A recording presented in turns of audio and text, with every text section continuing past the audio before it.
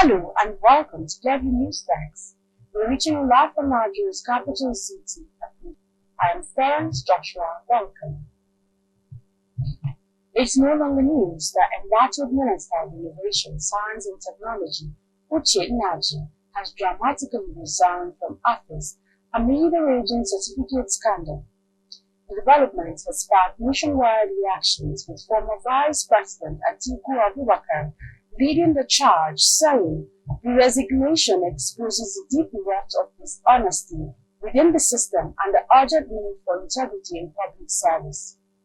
However, the former minister has insisted that his decision to step down is not an admission of guilt, even as questions over his academic records continue to swell. The incident has sparked intense debate across the country as some Nigerians see a man under pressure while others say it's a matter of politician caught in his own breath. Either way, this resignation has set off a political storm that's shaking Abuja's corridors of power.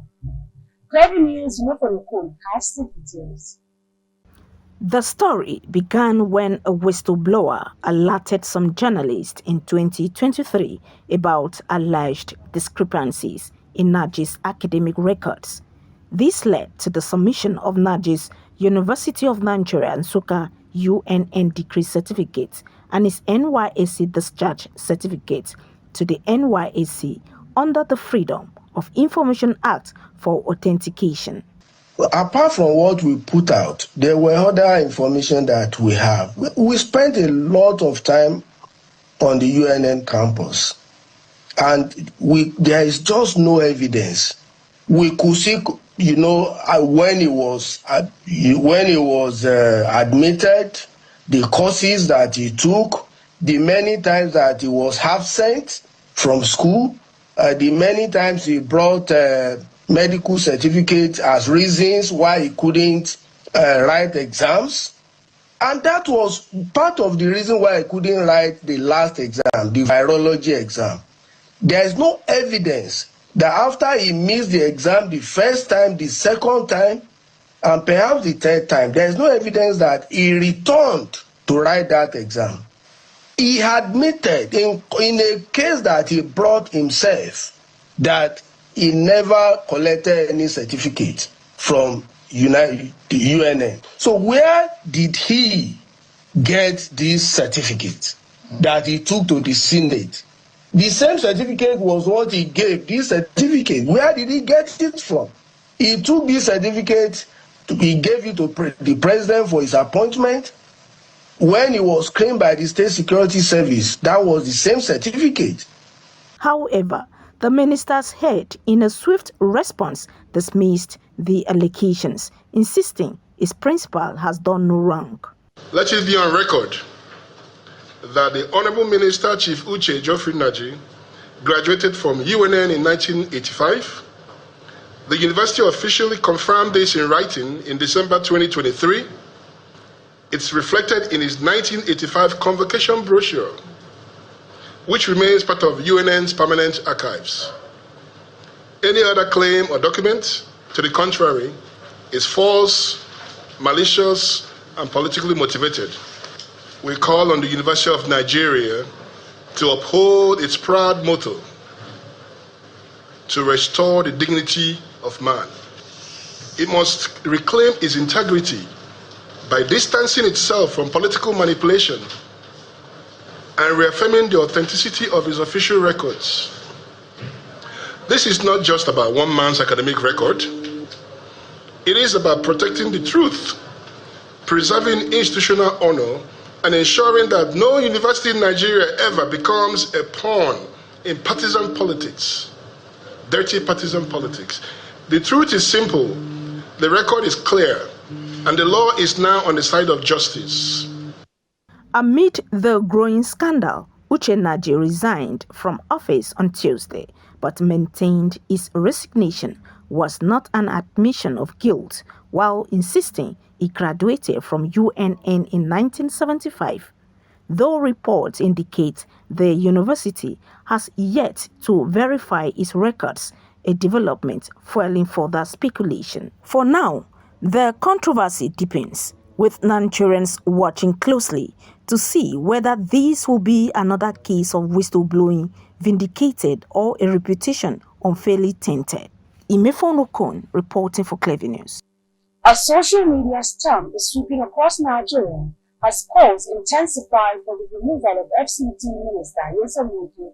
The campaign trending under the hashtag #Wike must go gained traction following the resignation of Uche Nnaji, the Minister of Innovation, Science and Technology, who stepped down amid a certificate scandal. Many Nigerians are now urging Wike to do the same, citing corruption and land-grabbing allegations linked to him.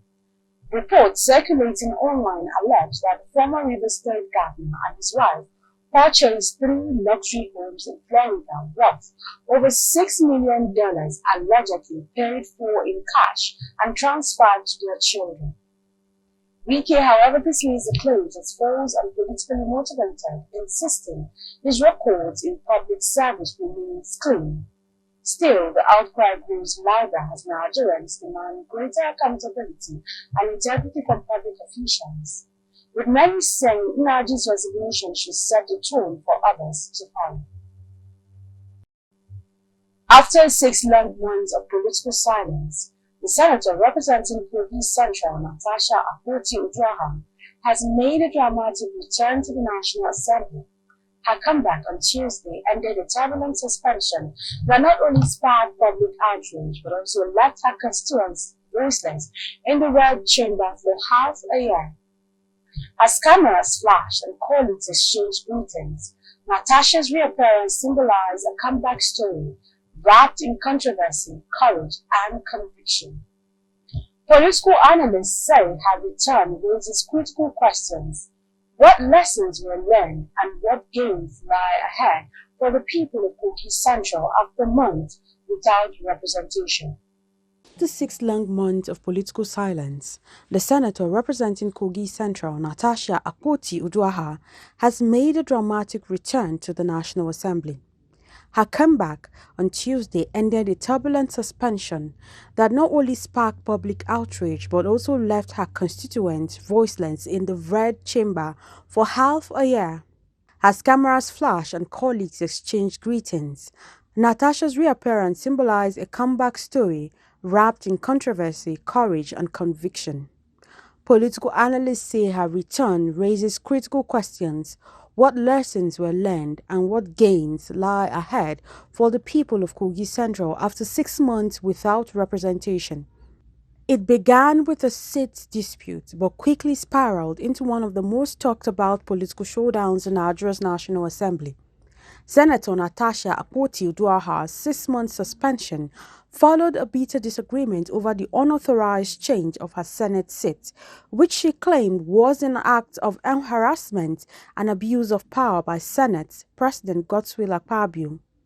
What followed was a storm of accusation, counterclaims and political intrigue, culminating in her removal from parliamentary duties, a move many labeled as political motivated. That the Senate do suspend Senator Natasha Akpoti-Uduaghan with effect from 6 March 2025 from all legislative activities forthwith. That her office be locked up for the duration of her suspension and hand over all Senate properties in her possession to the clerk of the National Assembly. That for the duration of her suspension, she cannot come or be seen within the vicinity of the National Assembly, including her staff.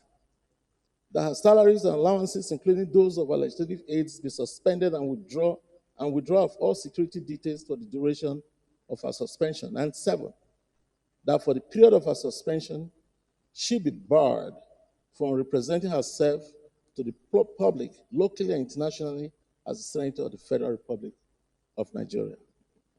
During her absence, voices from Kogi Central grew louder, lamenting the loss of representation, while rights groups condemned what they called a silencing of dissent in Nigeria's upper chamber. Now, with her quiet return to plenary, Natasha resumes duty, but not without lingering questions. Has her struggle sparked real change or simply reaffirmed the power gains within the legislature? Inside the Senate, it was business as usual. No apologies, no sanctions reversed, just a calm return to the same seat that triggered it all. Political analysts say the episode exposes the fragile line between standing for principle and surviving institutional politics. As one observer summed it up, it began as a fight for dignity and ended as a test of endurance. And in the end, it was the people of Kogi State who lost 6 months of their voices. For now, Senator Natasha's return closes one chapter, but the question remains, in Nigeria's corridor of power, who truly wins when principle meets politics? The terrorism trial of indigenous people of Biafra leader Nnamdi Kanu has again been put on hold as Justice James Omotosho of the Federal High Court in Abuja on Wednesday adjourned the case to October 16, 2025, following the inability of the Nigerian Medical Association to submit its report on Kanu's health condition. The court had earlier directed the NMA president to set up a medical bureau to examine Kanu's alleged deteriorating health and determine if he should continue treatment at the DSS facility or be moved to the National Hospital as requested by his lawyers. At Wednesday's sitting, DSS counsel Suraj Saad, SAM, informed the court that the report was not yet ready, prompting a request for a 1-week adjournment. Justice Omotosho granted the request and fixed October 16 for submission of the report and further hearing. For now, the absence of the NMA's medical report has stalled Nnamdi Kanu's terrorism trial once again. I'm here with some of the members of the legal team. We just emerged from the closure of proceedings in the case of Nnamdi Kanu for today. The story is not going to be too long, it's very short. The prosecution made a motion, an application to adjourn this matter because the Nigerian Medical Association did not file the report that the court mandated it to file on the last adjourned date.